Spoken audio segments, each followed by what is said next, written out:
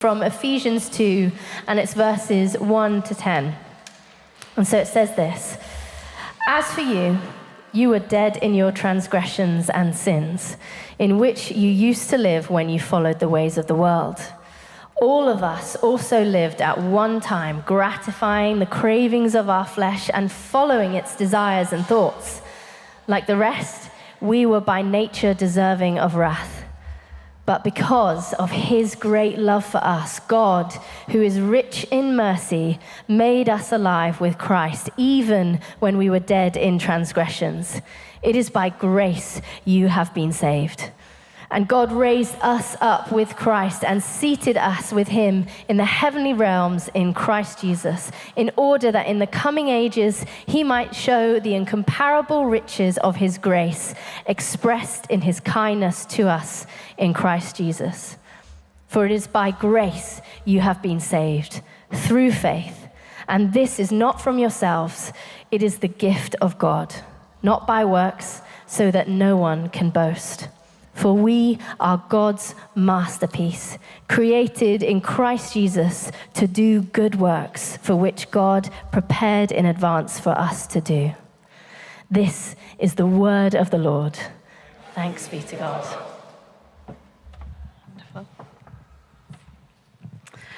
Well, good afternoon. My name is Katy, part of the team here at St. Mary's. It's wonderful to have so many of you here. Massive warm welcome, especially if you're new here. We're going to unpack this beautiful passage right now, but I'm going to pray before we begin. So will you join me in praying?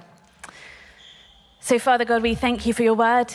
We thank you that it is alive and active and that you speak afresh to us today. And we pray now that you would come by your Spirit and reveal yourself to us. Speak to us afresh this afternoon in Jesus' name. Amen. Well, wasn't it amazing hearing those testimonies? They were absolutely beautiful. And I just want to thank Jake, Jude, Jess, and Gary for sharing so powerfully with us their stories of faith. And this is why we come together across the services and sites and gatherings all together on a Sunday, because baptisms are significant moments where we hear stories of God powerfully at work in people's lives, and we want to celebrate them and welcome them in together into this church community. Baptism is this incredible sign, symbol, and celebration that points to what it means to be a Christian. In the passage we've just heard from, Emily just read, the Apostle Paul is writing a letter to a church, a group of people a few thousand years ago, not dissimilar to us. And the first half of this amazing letter, which I encourage you guys who are being baptized today to read the week following your baptism. It's just six chapters long. It's amazing, full of encouragement. And in the first half of this letter, Paul is retelling the gospel, the good news of Jesus. And he's reminding them now of the reality that they live in as people who've decided to follow Jesus.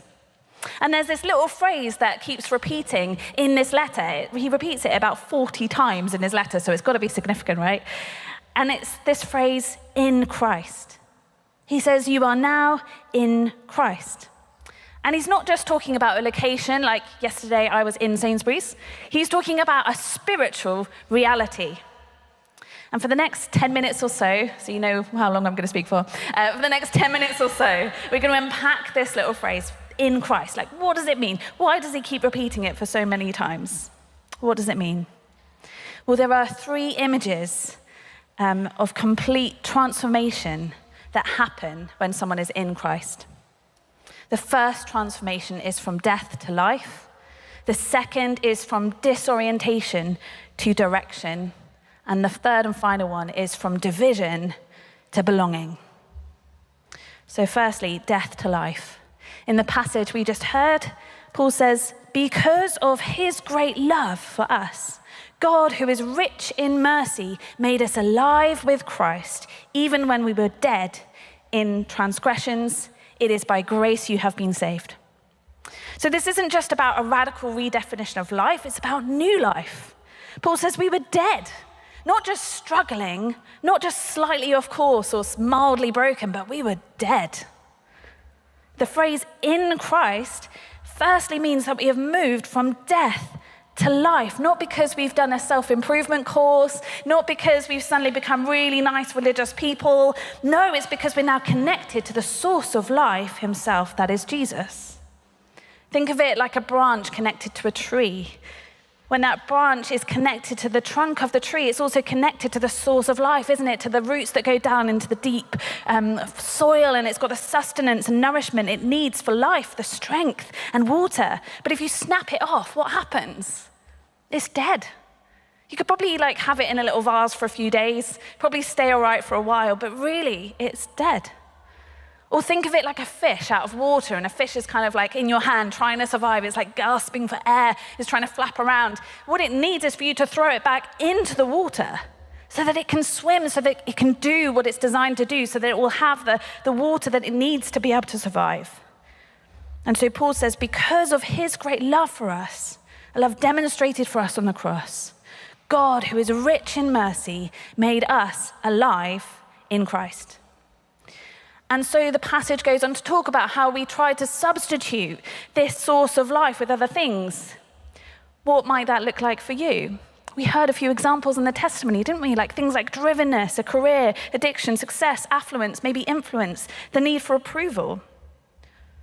We instinctively know that we have this desire programmed into our very DNA, this desire for something like love and value and meaning. Some people describe it like an ache, a feeling that something's missing, and we find that nothing else really satisfies. And so in baptism, the symbolism of it all is that as we go down into the water, we're kind of connected to Jesus, just as Jesus went down into death for us on the cross. And then as we come up out of the water and we take our first breath, it's symbolic of rising up into this new life, just as Jesus rose from the dead. And so now we are united in him, in Christ, in that resurrected eternal life. We are the fish thrown back into the water. We're the branch connected back to the source of life. Baptism says the old way of life, striving to exist without God, is gone, and now I'm finally breathing. It's the announcement that new eternal life has started. You are a new creation, and your life is now caught up in the very life, purpose, and destiny of the God who made you, from death to life. And the second image of transformation is from disorientation to direction. One summer evening, back in 1999, a pilot got into the cockpit of his small plane, and he was going to set out on a journey. It was only a couple of hours, and he'd flown it many, many times before. And so he gets into his plane, and about an hour into the journey, the sun set, and the horizon disappeared into this mist that had descended. The stars were gone. There was no light, just utter darkness wrapping him. And so the plane gradually, slowly and subtly started to descend. But he was completely unaware of this. The senses of his body, his ears, his eyes were telling him that everything was fine. But actually what started to happen was that as the plane descended, it started to spiral until it was completely upside down. And a few moments later, it crashed into the Atlantic Ocean. What happened to this pilot wasn't just bad navigation. It was something called spatial disorientation. Apparently, when you're flying, especially at night or in poor visibility, your body starts to play tricks on you. Without the horizon for your eyes to see and the normal gravitational pull for your body and your ears to understand, your body can't tell the difference between flying in a straight line and falling. We're all designed to be with God, to be connected to the source of life. And so to be born into this world without God is like flying without a horizon. Paul put it like this. He says, you followed the ways of this world and the ruler of the kingdom of the air. That is another word for Satan, who is also called the deceiver in the Bible. A bit later, Paul says, we were following its desires and thoughts. See, it's possible to live in this world and feel like we're doing okay, but navigating just fine. And by the way, it's even possible to know Jesus, but not really allow our lives to be navigated by him. But the reality is we're being pulled in all these different directions by a world that's lost its horizon. We're breathing in values, ambitions, narratives on a daily basis, none of which tell us who we are. None of it tells us where we're truly going. A theologian said it like this. He said, humanity, for the most part, still lives in a far-off country, staggering forward in darkness, not realizing we're flying upside down. And that's what the Bible and the passage we've been looking at calls sin. Like, that's quite a loaded word, isn't it? Sin. But what it means is this orientation away from God. But when we turn to Jesus, we know the way. There's this incredibly famous phrase that Jesus says of himself. He says, I am the way, the truth, and the life. To be a Christian is to have this direction to follow. And the Bible says that he is the good shepherd, leading us to places of sustenance. He is the lamp to our feet and a light to our path. He is the light of the world that shines in the darkness. He is the source, he is the prize, he is the beginning, he is the end. He doesn't just know the way, he is the way. Are you here today and you're flying without a horizon? Do you need to know the way? Or maybe today is just a reminder for you that you need to, day by day, moment by moment, set your direction, your navigation towards Jesus.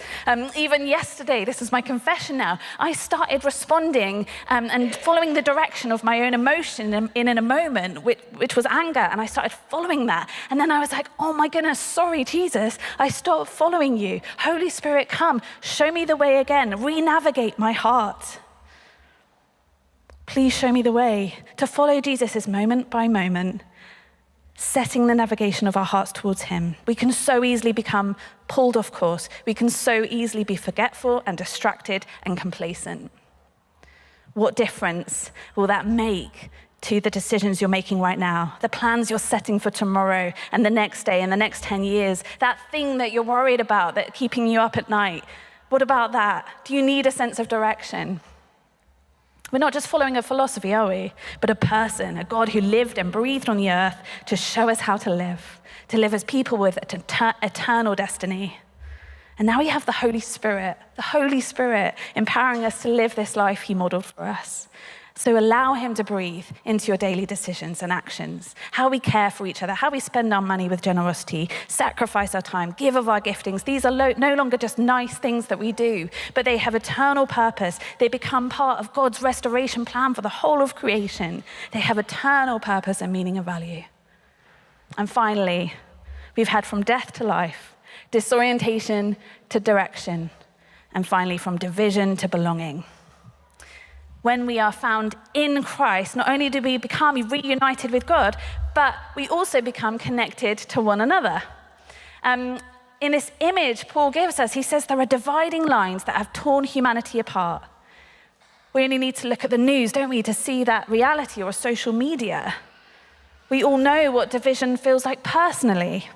Maybe a falling out with a friend, a family argument that never resolved, or an ache and that feeling of being misunderstood and unseen. And that was the same 2,000 years ago.